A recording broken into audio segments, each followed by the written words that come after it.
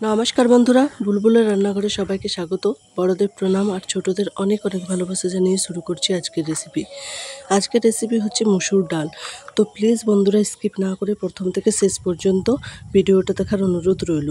তো আমি কিছুটা পরিমাণ মসুর ডাল ভালো করে ধুয়ে নিয়েছি, আর ওদিকে উনানে কড়াই বসিয়ে দিয়েছি। কড়াইতে জল দিয়ে দিয়েছি, জলটাও গরম হয়ে গেছে। জলটা কিন্তু গরম হতে হবে।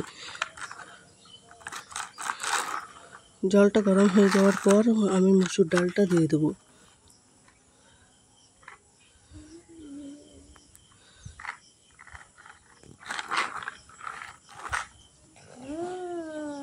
মসুর ডালটা দেওয়ার পর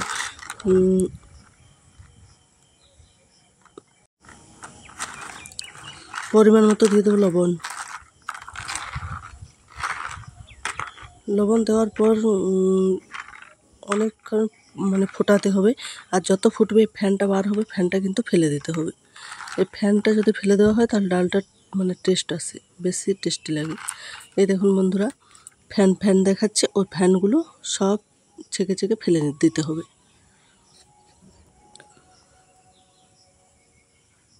এরকমভাবে যত ফ্যানটা বার হবে তত কিন্তু ফেলে দিতে হবে।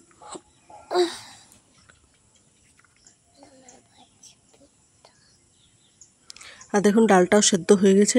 এবার আমি দিয়ে দেবো হলুদ গুঁড়ো। তো হলুদ গুঁড়োটা প্রথমে আমি ঠান্ডা জলে ঘুলে নিয়ে দেবো, নইলে গরম জলে দিলে ডাব হয়ে যাবে। তো এই দেখুন আমি হলুদ নিয়ে নিয়েছি। এবার হলুদটা আমি ঠান্ডা জলে ঘুলে নেব।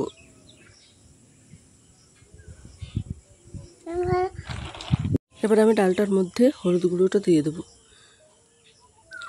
ডালটা সেদ্ধ হওয়ার পর কিন্তু হলুদ গুঁড়োটা দিতে হবে।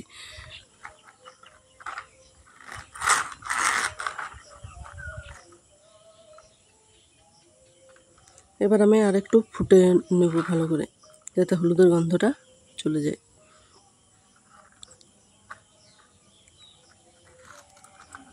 এই দেখুন বন্ধুরা, ফোটানো হয়ে গেছে। এবার আমি নামিয়ে নিয়ে ছকে নেব। ছকে নেওয়ার জন্য আমি ওই কড়াইতেই একটু দিয়ে দেবো সরষের তেল।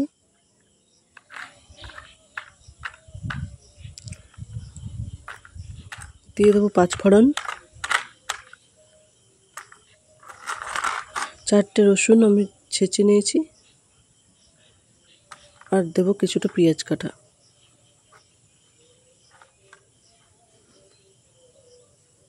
এবারে এগুলো ভালো করে নেড়ে চেড়ে ভেজে নিতে হবে।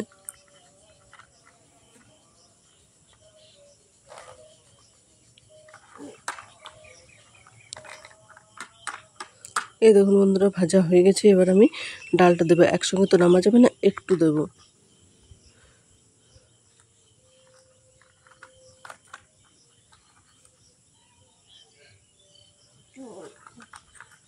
তো এই দেখুন বন্ধুরা, আমি সব ডালটা দিয়ে দিলাম। এবার আমি ভালো করে হয়ে গেছে, এবার নামিয়ে নেব। তো বন্ধুরা, এরকমভাবে আপনারা একবার ডাল বানিয়ে দেখবেন। এবার আমি নামিয়ে নেব।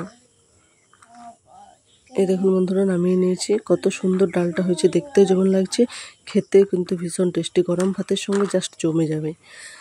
তো বন্ধুরা, আপনারাও এভাবে একবার বাড়িতে বানিয়ে দেখবেন। আশা করছি আপনাদেরও এই রেসিপিটা ভালো লাগবে। আর যদি ভালো লাগে তাহলে অবশ্যই কমেন্টে জানাবেন।